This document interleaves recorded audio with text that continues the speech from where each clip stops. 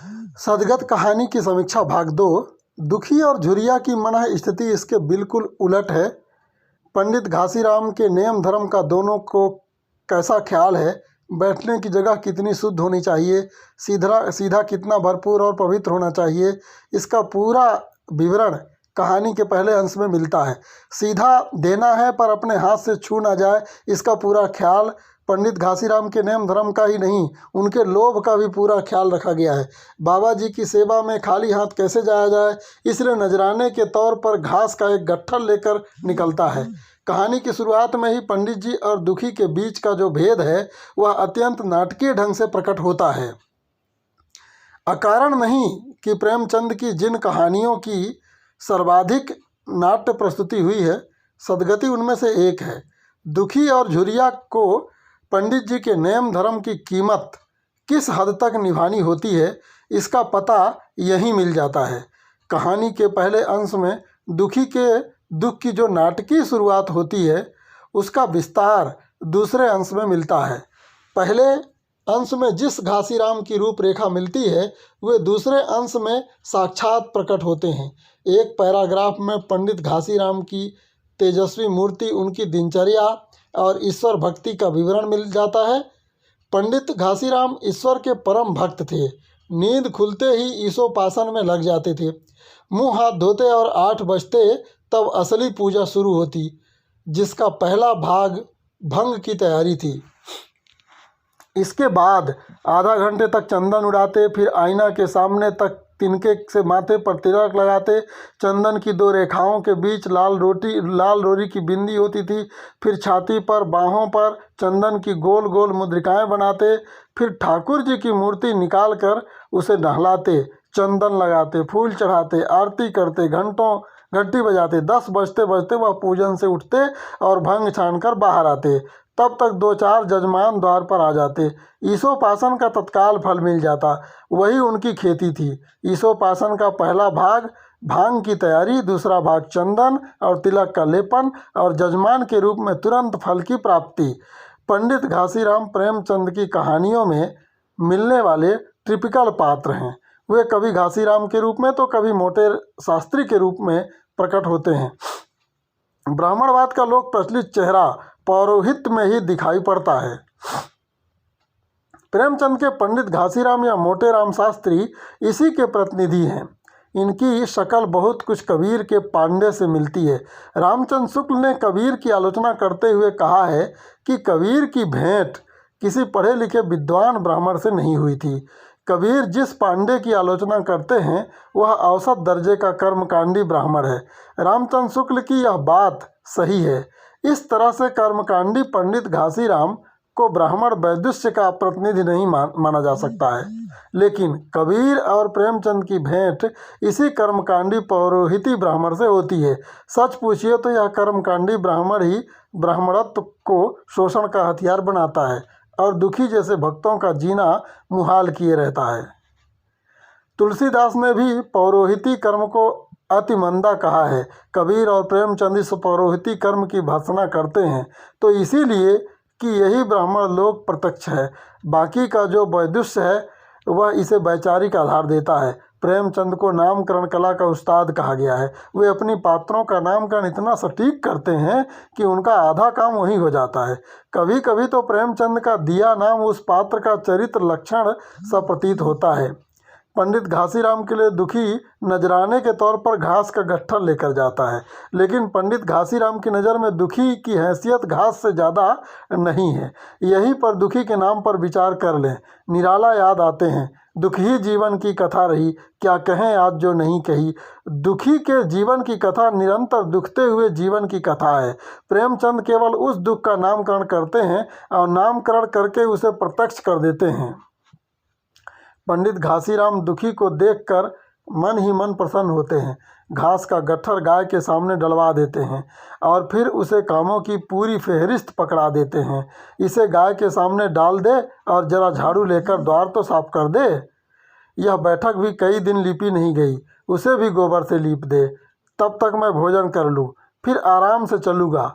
हाँ, यह लकड़ी भी चीर देना। खलिहान में 4 खांची भूसा पड़ा है, उसे भी उठा लाना और भुसौली में रख देना। दुखी काम निपटाने में जुट जाता है। सारा काम जैसे तैसे निपट जाता है, लेकिन वह लकड़ी की गांठ उसके लिए भारी पड़ती है। प्रेमचंद लिखते हैं कि लकड़ी चीरने का उसका अभ्यास न था। घास होती तो उसकी खुरपी के आगे सिर नवा देती।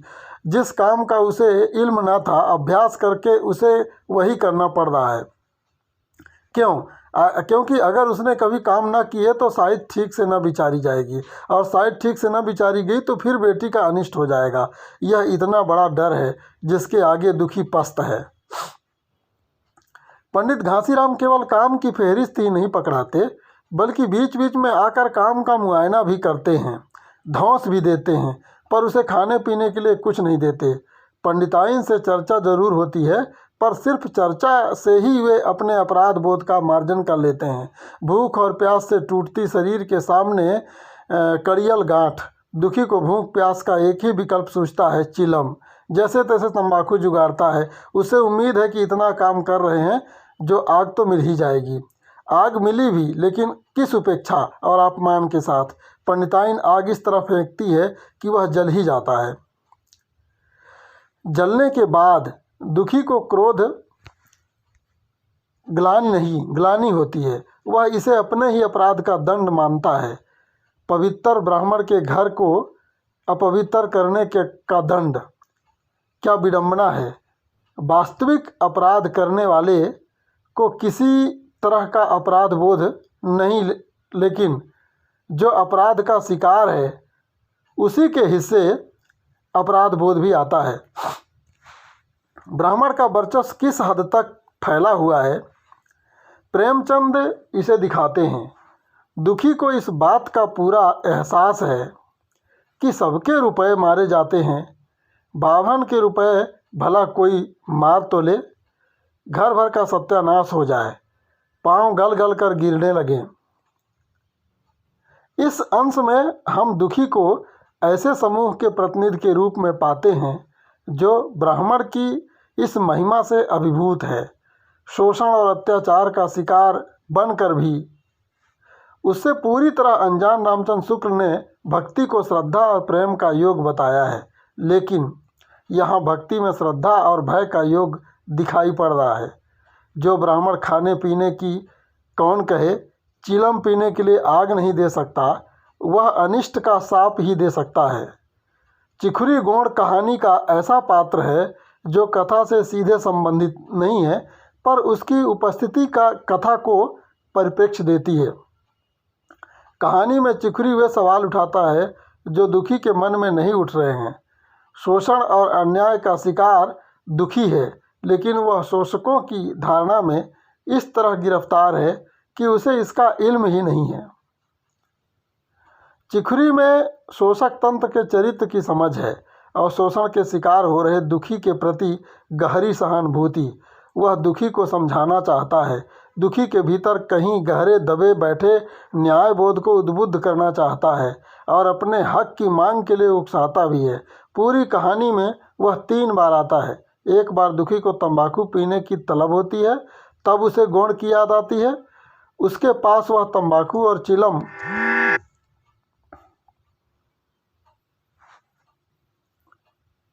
बिना खाए पिए उसे लकड़ी चीरते हुए देख उसे दया भी आती है, क्रोध भी होता है। वह दुखी से पूछता है कि कुछ खाने पीने को मिला भी या यूं ही काम किए जा रहे हो। इस अवसर पर गोंड और दुखी के बीच यह बातचीत होती है।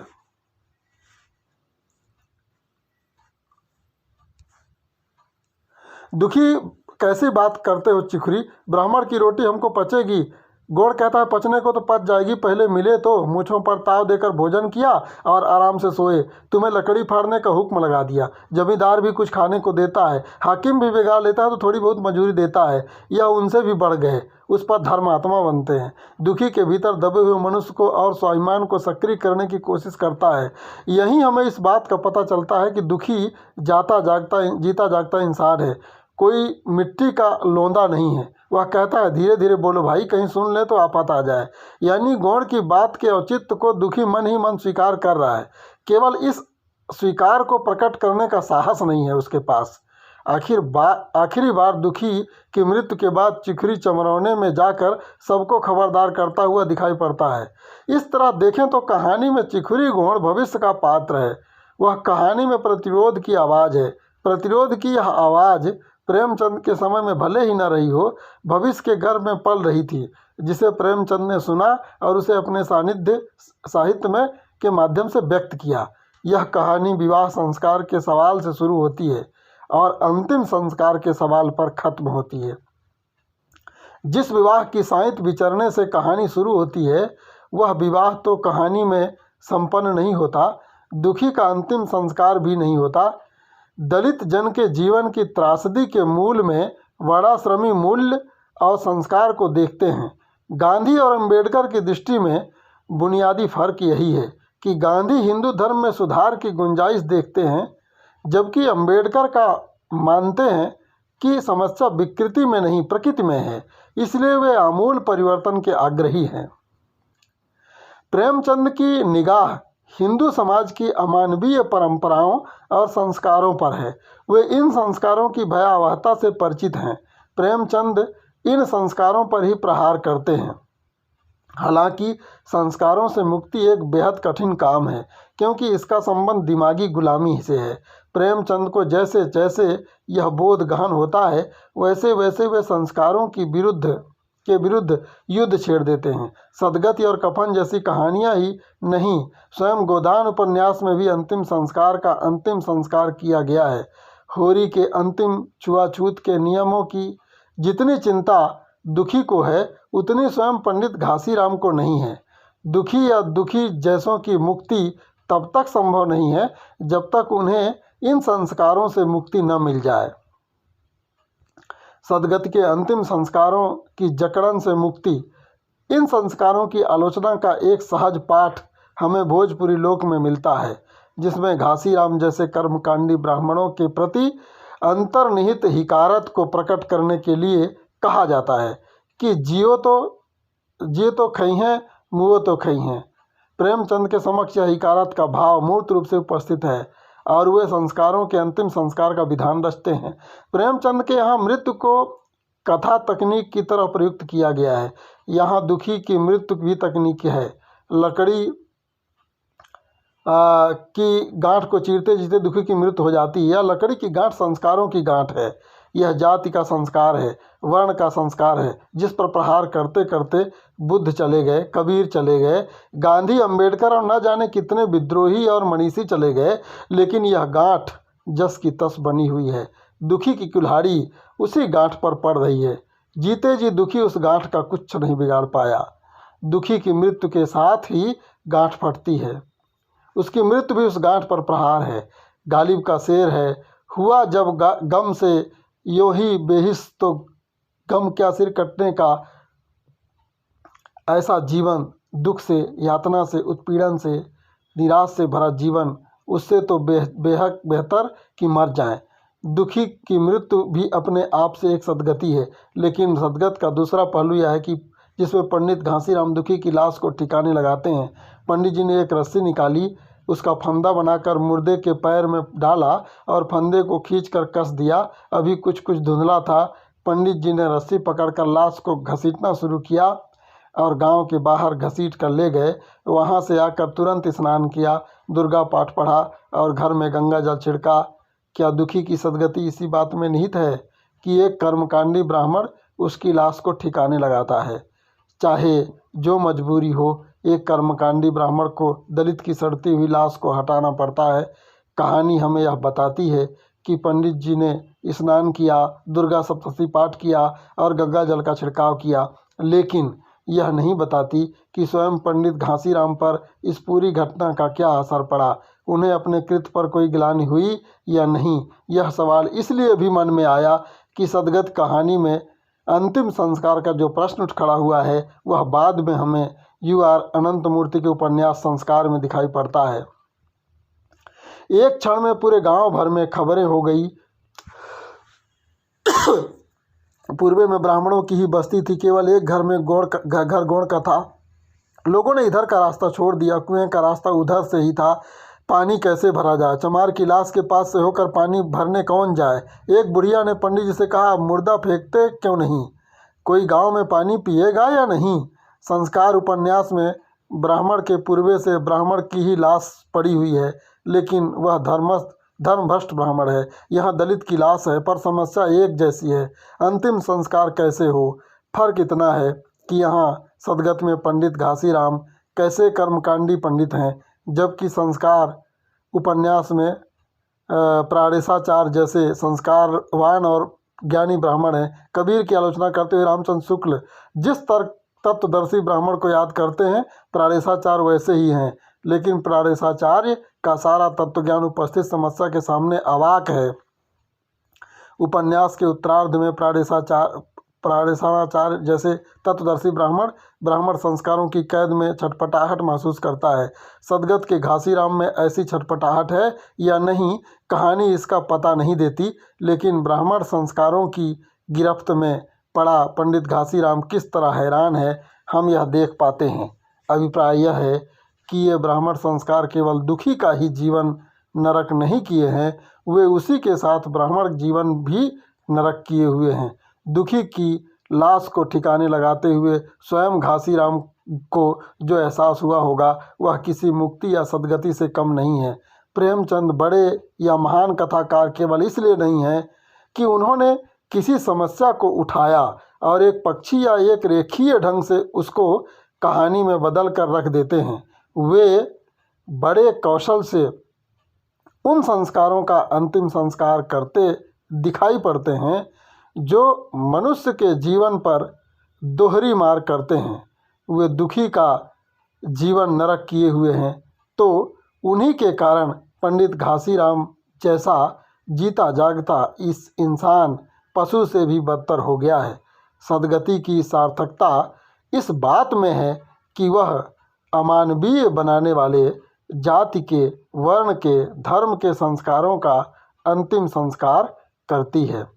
गालिब का ये शेर, हुआ जब गम से यूँ बेहिस तो गम क्या सिर के कटने का, न होता गर जुदा तन से तो जानू पे धरा होता।